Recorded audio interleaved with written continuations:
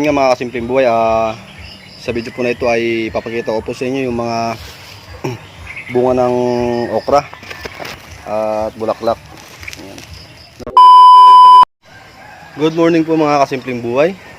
At kakauwi ko lang po galing sa duty.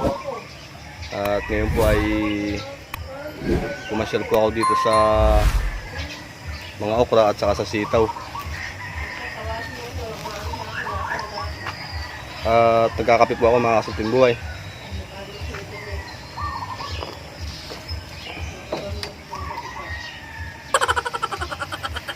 Bibisita po ako ngayon sa mga tanim kong patula at saka sa talong. Ito po yung okra ay kasalukuyan na siyang namumunga. Yan, mga bunga na po siya maliliit, sabay-sabay po yung kanyang bunga at mga bulaklak. Ito mga kasimpleng buhay. Nasubrahan po ito sa pataba. Kasi first time po kasing magtanim ng okra, kaya hindi ko pa kabisado. Ganun pala yun yung pag-aalaga ng okra. Kailangan kapag sa bagong tanim, kapag tumubo na siya mga 20 days o 25 days, kailangan wag muna siyang bali triplicatorsin muna yung i-apply na abono. Kasi yung nag-apply ako dito may halong may halong urea. Kaya nung lumago po yung kanyang dahon.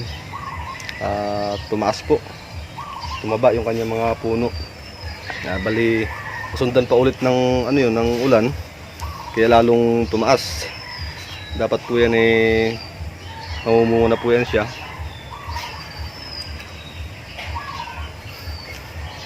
Ayan po mga kasimpleng buhay, at kape po tayo.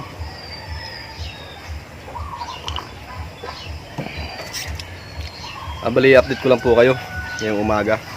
At dito sa mga tanim kong sitaw, marami na po siyang bunga. Halos sabay-sabay po yung kanyang bunga. Kung napanood nyo po yung una kong upload ko na pinitas ko yung unang bunga nito. At ngayon po ay sabay-sabay na yung bunga ng mga sitaw. Ayan po. Bali sa pangalawang harvest ito, hindi pa rin ito ganong karamihan yung mapipitas.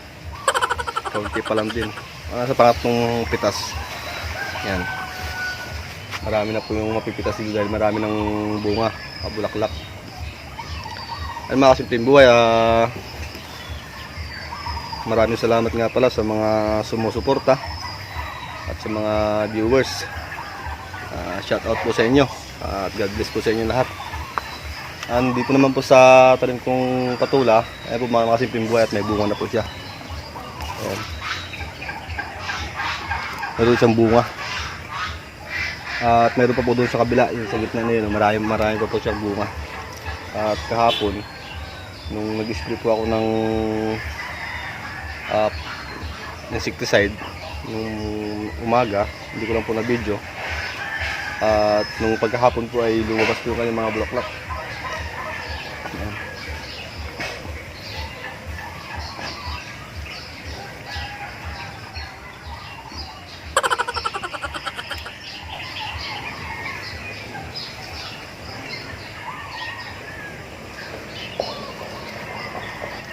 Ayan po mga kasimpleng buhay, at napakasarap po sa pakiramdam yung uuwi ka galing sa trabaho.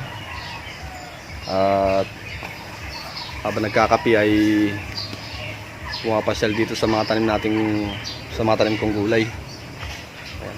At mamaya po mga kasimpleng buhay, mag-upload dito ako ng video tungkol naman po dun sa kulay violet kong mais. Ayun, at meron na po siyang mga bunga at mga buntis na po yung iba. Ayan. Update ko po kayo mamaya mga kasimpleng buhay, papakita ko po sa inyo. Napakaganda po ng kanyang bunga at ng bulaklak.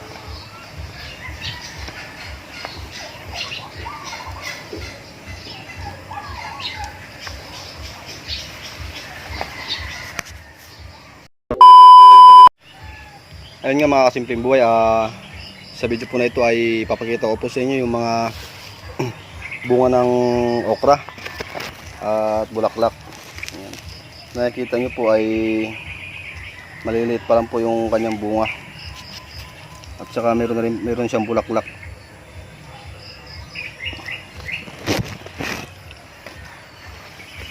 Kaya po mga kasimpleng buhay, oh, nakikita nyo po maliliit pa lang po yung kanyang bunga.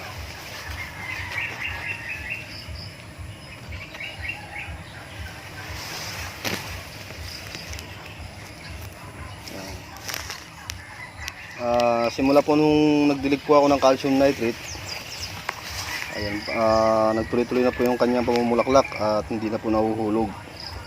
At natuloy din po yung kanyang pamumunga.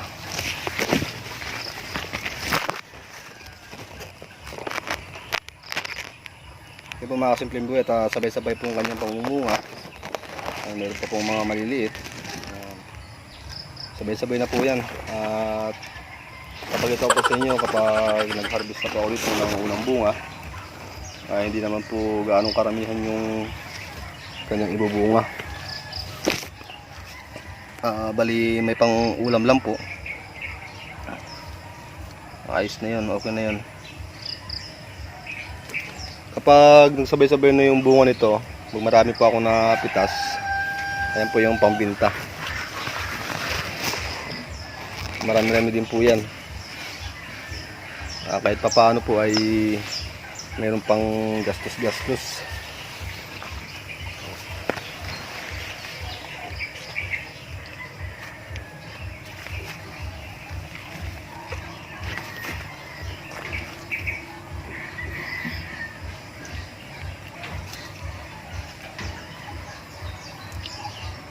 Ayan po mga kasimpleng buhay, sa sitaw po ay yan, marami na naman siyang mga panibagong bulaklak. Pati doon sa kabila.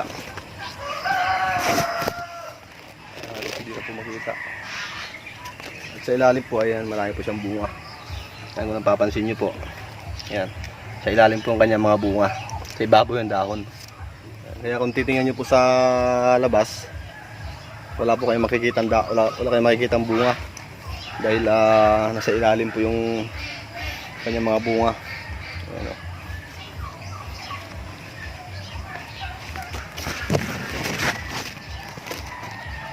sa ilalim ng kanyang mga bunga, oh.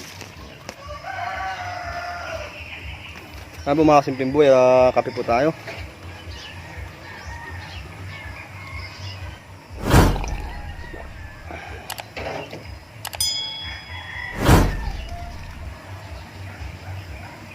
Ayan po mga kasimpleng buhay, at in-update ko lang po kayo at good morning po sa inyo ulit. At magandang araw po. Bali hanggang dito na lang po muna yung aking video, dahil meron na naman pong sound trip na sa kabilang bahay. Mahirap na po at makaka-copyright po ako. Ay mga simpleng buhay, ingat po kayo lahat at maraming salamat po ulit sa mga sumusuporta, and God bless po sa ating lahat.